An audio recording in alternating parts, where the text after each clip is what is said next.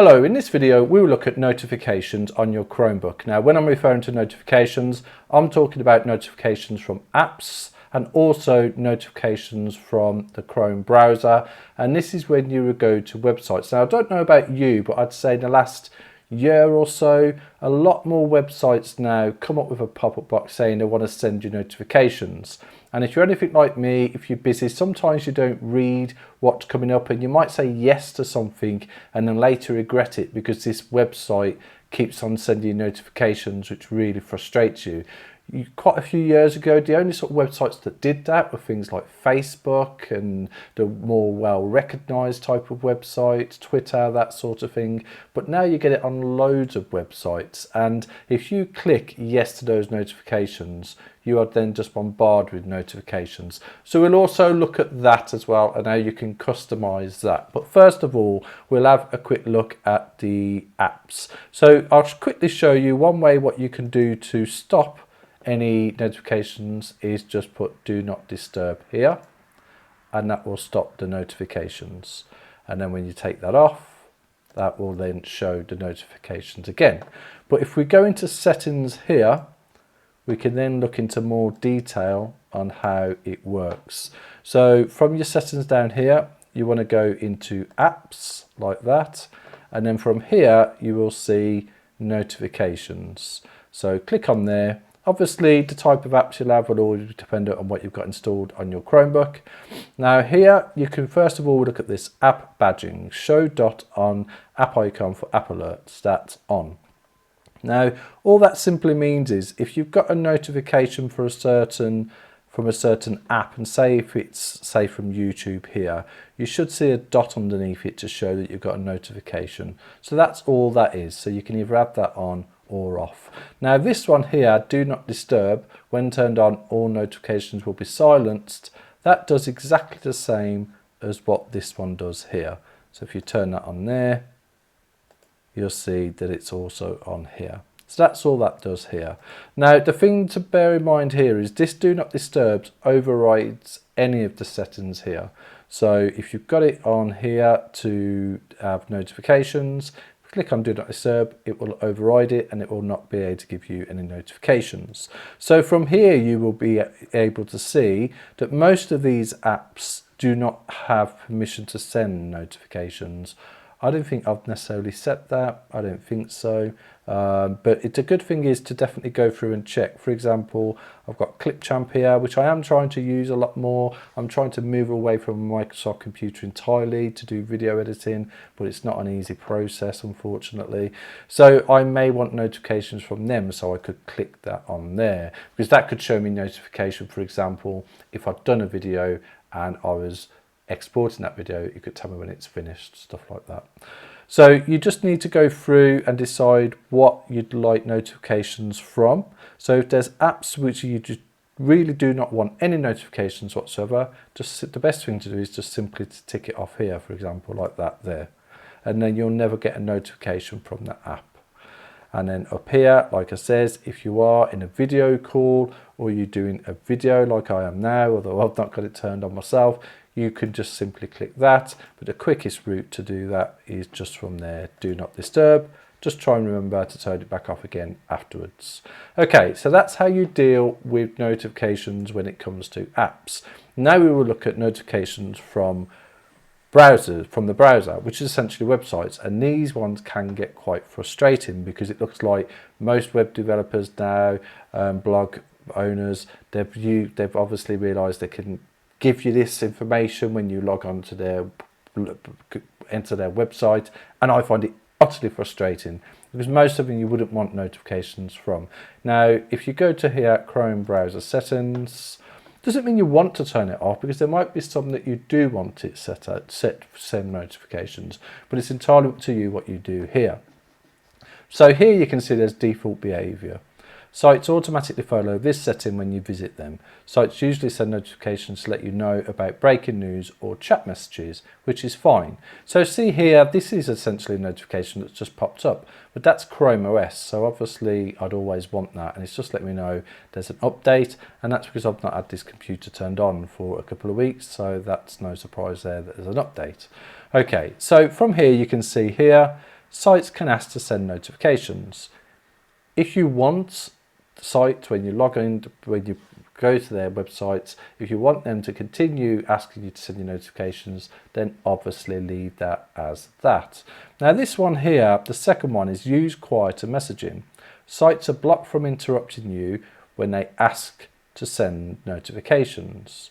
So I'm not too sure what that does. Now it would assume to me that if I was active on my browser, that would mean that they're not allowed to pop up a dialog box and ask me, but I don't know. It obviously seems like this would be a lot less intrusive than this option. So if you find it quite intrusive, you want something not as intrusive, perhaps try that option there. Now, if you don't want any notifications whatsoever, but bear in mind there are some websites where you go to where you do want notifications, they will be blocked as well. You can do don't allow sites to send notifications, and that's this one here, and then they won't be able to send you notifications at all. I'm going to leave it on because I generally spot it now, and I always say no if I don't want them to do so. Okay, so another good feature here is these customized behaviors. I'm going to turn this brightness up a bit. Customized behaviors. So here you can see sites listed below follow a custom setting instead of the default. So this is the default up here, but you can override that default with these. So this will still be the same for all other websites, but you can add separate rules for other websites. So here you can see I've got allowed to send notifications, I've got Clipchamp.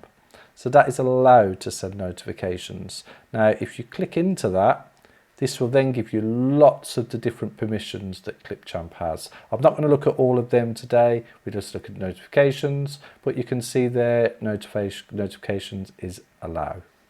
And then if you click back there, and on the same one, Clipchamp, if you clicked on these three dots here, so say for example you were getting notifications from a website and it was driving you nuts. The reason why it would be showing down here, allowed to send notifications, is because you previously visited that website and you clicked allow notifications. So if you're getting that and it's starting to drive you crazy, just find the website that you don't want the notifications from anymore, click on them dots there, and you can either block, edit, or remove. Now obviously, if you click edit, that just lets you change the website address, so that's fine. But if you, for example, if you want to remove it, by all means remove it, and that will not, you will no longer get notifications.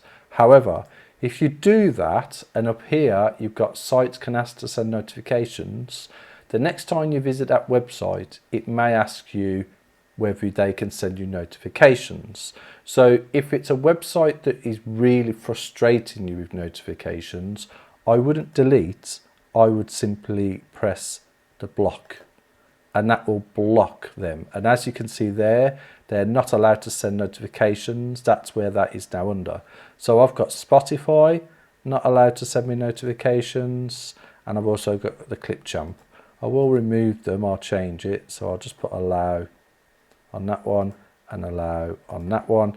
But that's the way you deal with them notifications. Another option you have, you can put in your own websites here.